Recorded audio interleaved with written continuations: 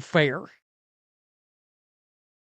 And there's no way they don't know that they're not going to run their league into the ground.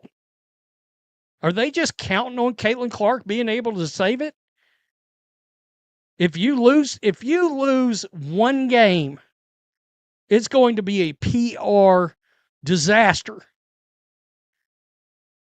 One game, if you lose a preseason game, it's going to be a disaster.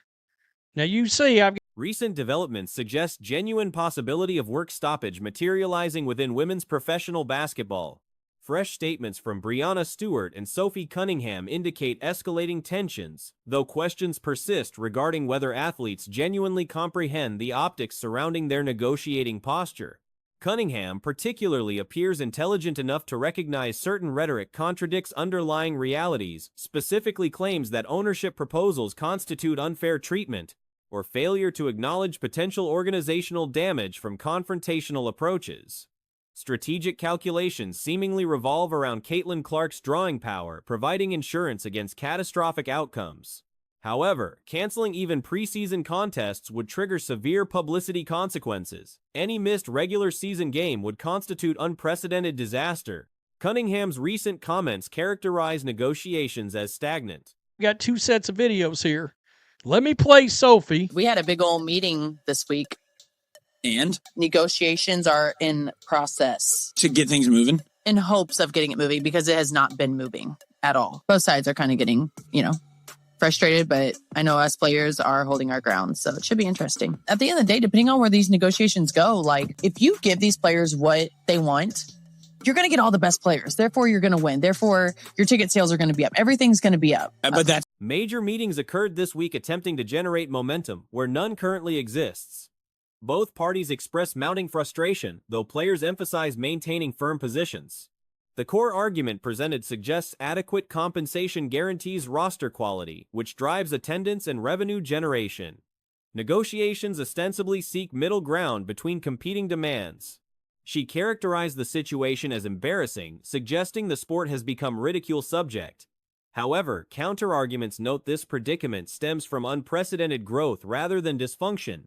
The league's explosive 3-year trajectory created novel circumstances, lacking precedent, generating confusion among stakeholders navigating uncharted territory. It's what these negotiations are, is finding where that middle is. Yeah. It sucks because it's how our negotiation, all that, how that's going, it's we're the laughing stock of sports right now. I don't think that that's true, though, because you guys are in this point because things are so different than they have been. The reason no one knows what the fuck to do is because the WNBA the last 3 years has, been on a whole new level than it ever was, so people are confused. Anytime you're in a position of leadership, yes, but just in a position to... Additional criticism targets leadership communication strategies. Despite negotiating impasses, commissioner visibility could reinforce product confidence through social media engagement and public endorsements. Current silence creates perception vacuum, suggesting organizational indifference rather than strategic positioning. The reality indicates ownership exhaustion with player demands. Recent disclosures revealed maximum salaried athletes could earn $2.4 million within 5 years contingent on achieving specific growth benchmarks, while average salaries might reach $1 million annually under similar conditions. These projections assume hitting predetermined performance metrics. Influence and empower other people. For some reason, our league doesn't do that. Everyone wants to be the star. Our commissioner right now, even though we're not agreeing on negotiations or barely even talking at all, she could still go on other social media platforms and be hey, I believe in our product. I love our product, because that gives off a different feel than just not saying anything and acting like we don't exist. No, it's because the WNBA owners and NBA owners are fed up with you guys. Stewart addressed strike preparedness explicitly. Players confront their inaugural revenue-sharing arrangement, departing from previous hard salary cap structures featuring two $220,000 maximum contracts with remaining compensation distributed downward. Current proposals substantially expand earning potential, generating optimism while simultaneously fueling skepticism. Players express concern about historical patterns where collective bargaining agreements disadvantaged athletes. Awareness of current market valuations, franchise assessments, expansion fees, underlying capital flows, reinforces conviction that compensation must reflect organizational worth. Athletes emphasize their indispensable role generating this value. They're fed up. I did a video yesterday evening where we found out that if certain growth markers are hit, the max players are staring at $2.4 million in 5 years. And that the average player would be staring at $1 million a year 5 years from now if these growth markers are hit. Metrics. One notable absence from demands, marijuana policy modifications apparently remain desired despite organizational reservations. Direct questioning about playing season forfeit elicited confirmation that strike authorization voting passed, granting formal walkout capacity backed by membership majority. Personal reluctance exists, given court time's importance for fans, communities, and competitive development. However, contract structure disparities between women's and men's leagues create pressure. Critical distinction emerges. Perhaps 10 to 15 elite players possess financial cushion surviving extended work stoppage, whereas remaining roster members cannot endure prolonged income interruption. Player Association reportedly provides support, resources, and necessities, but willingness to sacrifice season exists if demands go unmet, despite strong preference avoiding this outcome. It's crazy. It's going to get crazier. Breanna Stewart is going to talk about the fact that they are prepared to strike if they have to. I mean, for me, it's like this is the first time we're in a revenue shared model. So before it was like we had like a hard cap and we had a structure and you could have 220 max and everything else kind of trickled down. Now we're gonna like really. This admission inadvertently confirmed internal fracturing. ESPN previously reported divisions within union leadership itself. Stewart's comments verify that beyond top-tier talent, league majority lacks strike sustainability, yet commitment remains. Absent acceptable terms, games will not occur. Such action would generate massive publicity catastrophe. Public relations challenges already exist currently. Blow that out of the water, which is incredible. But I know, like, personally as WNBA players, it's like, well, we've signed however many CBA deals before, and we just don't want to get gypped. We don't want to feel like we're signing something and we're actually getting like screwed, because now we know how much you need us. We see the valuations between all the teams and all the things and the expansion fees, and it's like, no, there's a lot of money behind this, so like, don't forget to pay us too. Are you sure you don't want a policy against weed? Are you sure about that? Ownership's strategic information leaks regarding proposal specifics and performance metrics reflect understanding that substantial fan segments favor management positions. Disclosure of significant salary increases and additional benefits, including housing provisions for certain players, generates mixed public response. 10-day contract holders receiving temporary accommodation seems reasonable. However, players drawing regular salaries averaging $500,000 annually, potentially escalating toward million-dollar averages, requesting employer-funded housing strains relatability. Average fans struggle connecting with such demands, particularly given salary trajectories. Fan support erosion continues presently. So it's just really a back-and-forth battle. Would you say y'all are prepared not to play this season? I know you want to, but would you say you're prepared not to play? We've approved the strike authorization vote, which means that we're able to formally lock out whenever we want because we have majority of the players' votes behind us. I think that for me personally, like the closer it gets to WNBA season, we're prepared to do it, to not play. But strike threats exacerbate this deterioration. Anticipated scenario involves subset of players eventually demanding play resumption, creating enormous pressure on negotiating committee to accept available terms and return to competition. Extended delays worsen perception problems for an organization already struggling with public image.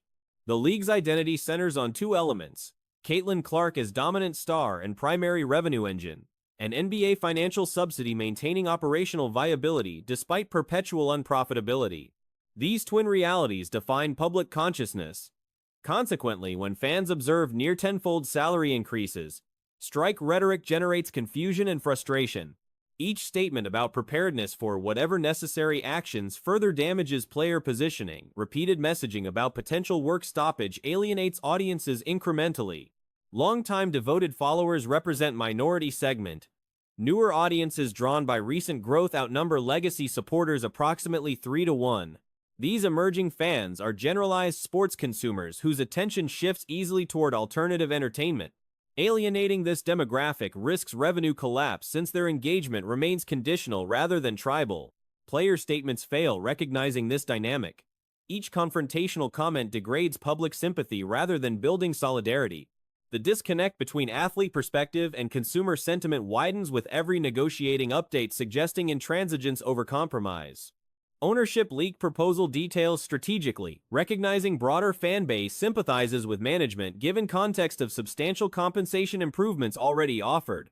Players perceive this as manipulation, but effectiveness stems from genuine audience reaction to disclosed terms rather than propaganda success. The fundamental miscalculation involves overestimating leverage while underestimating perception vulnerability. Athletes correctly identify their value, creating product quality, but miscalculate public willingness to support maximum extraction of that value, particularly when base compensation already dramatically exceeds typical American earnings despite organizational unprofitability. Strike authorization represents negotiating tool rather than genuine intention, yet each public reference solidifies impression of unreasonable demands. Players believe demonstrating resolve strengthens positioning, unaware they're actually eroding the goodwill necessary for long-term viability in entertainment marketplace, dependent on consumer affection rather than need-based consumption. Fundamental tension exists between justified desire for proportional value capture versus practical reality that product popularity remains fragile, heavily concentrated in single attraction, and dependent on subsidization. Navigating this requires sophisticated understanding of stakeholder psychology currently absent from public messaging. Whether union leadership recognizes these dynamics privately while maintaining public posture or genuinely misreads landscape remains unclear.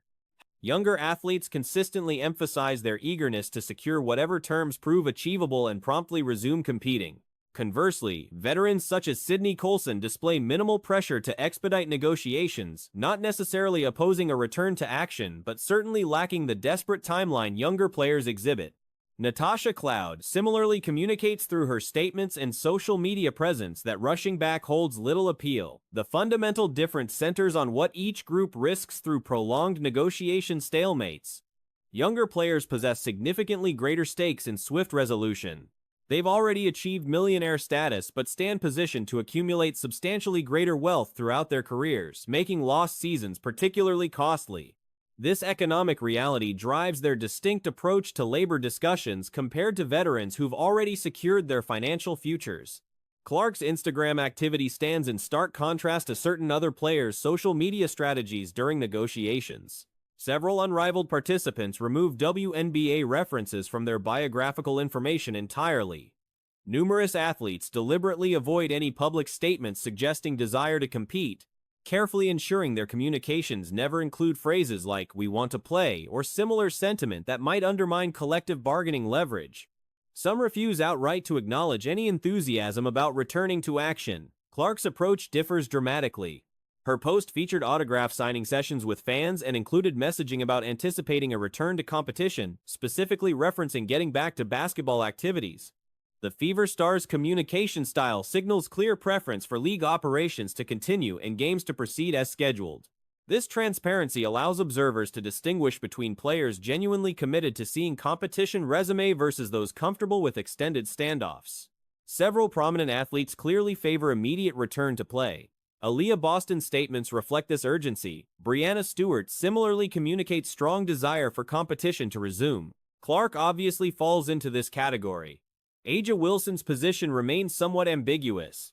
Wilson has publicly stated willingness to compete, but with Kelsey Plum sidelined for extended recovery, questions exist about the authenticity of Wilson's urgency given her unrivaled participation providing alternative competition outlet.